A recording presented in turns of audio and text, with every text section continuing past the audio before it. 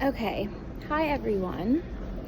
So this is like really new to me. I haven't made like a video for the public or the world to see yet, but I felt it very heavy in my heart today that I do that.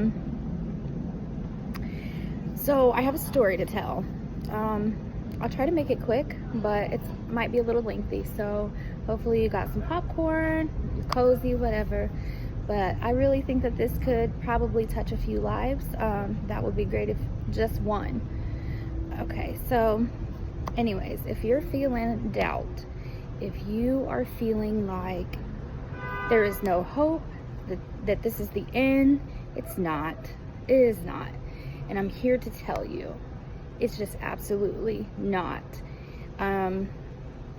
When I was about 20, my early 20s, 21, 22, I broke my ankle. And I went to the doctor after surgery. I was overprescribed Vicodins for 10 plus years. My doctor then got in trouble. He wasn't allowed to practice in my state anymore, and as you all know, I'm sure, the story just gets worse. It spirals out of control. So with that said, then comes the harder stuff. So for years I just remember feeling so hopeless, just with the pills. I remember feeling like there was absolutely no hope for me. That was just it. I was just gonna, at that point, I remember just taking them just to stay well. It wasn't to the point to even use to get high anymore. It was more or less using to stay well. And I'm sure a lot of you know exactly what I'm talking about. If you come from addiction, we all know that feeling, hopelessness and so forth. So anyways, so for about 10 years I went through that. And then the last few years of my addiction, the last about 4 years, I started using anything and everything you can think of, and my drug of choice was heroin. I fell in love with that drug, and it was just simply dancing with the devil for years, literally. I can remember not having a place to go, but that didn't stop me, and I didn't care, because I was going to figure out a way to put my drug before anybody or anything that mattered. It's a sick disease. But I just want to tell you guys that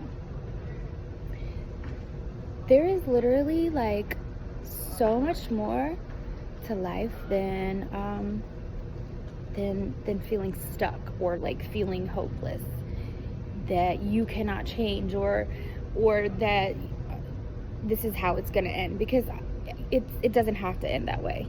It really doesn't. Some people go to rehab and get recovery that way. Some people get locked up. That is what happened to me. I ended up getting locked up, and all it took me was 6 months. 6 months, I come home, and I did a little bit of drinking and stuff, but I was on probation. It was very intense, so I had to kind of be careful, but I still was partying here and there.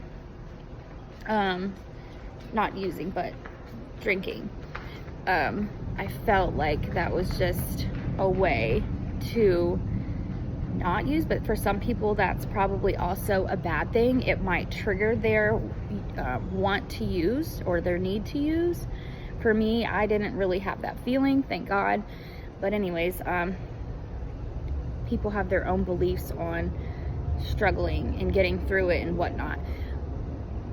My point that I'm trying to make to you is that you can change. Like, you literally can. There is hope. You have to have willpower. You have to really want it. If you don't want it, you're not going to change. Your family, it doesn't matter. Your kids, your health, whatever the thing is, it doesn't matter. If you don't want it, you're not going to get it. But I really wanted it, and I'm out here living my best life now. Like, I come from couch surfing and having nothing and losing my child, rightfully I gave her to her grandparents. I selflessly did that because I knew that at that point it was just too late. I was really, really spiraling out of control, and I couldn't fix what had been broken at that time. So it was just the smart thing for me to do was to just let, some other people raise her that are family. So just, so nothing bad happened. I remember my house being raided. I remember them kicking down my door. I was so bad off, just so bad off. I didn't even care that they was raiding my house. I kind of expected it at the time. In this house, I wouldn't even call it a home, actually. It was just kind of like where everybody went to kick it to use. And yeah, so from that day forward, I got locked up. I went to a program where I had been forced to take recovery classes and stuff. For some people that works, and I guess just for me, the time was what I needed, the time under my belt to allow me to get a clear state of thinking.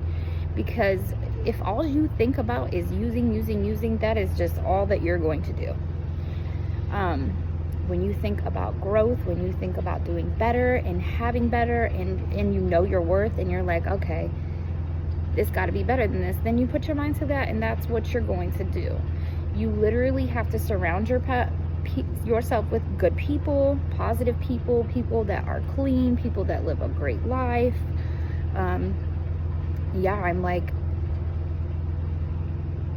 just really here to tell you guys that it's so much better to life than using. People die every single day.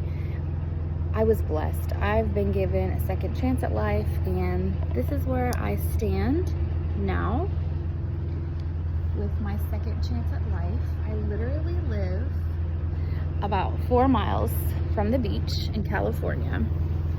About any which way I go, I'm not very far.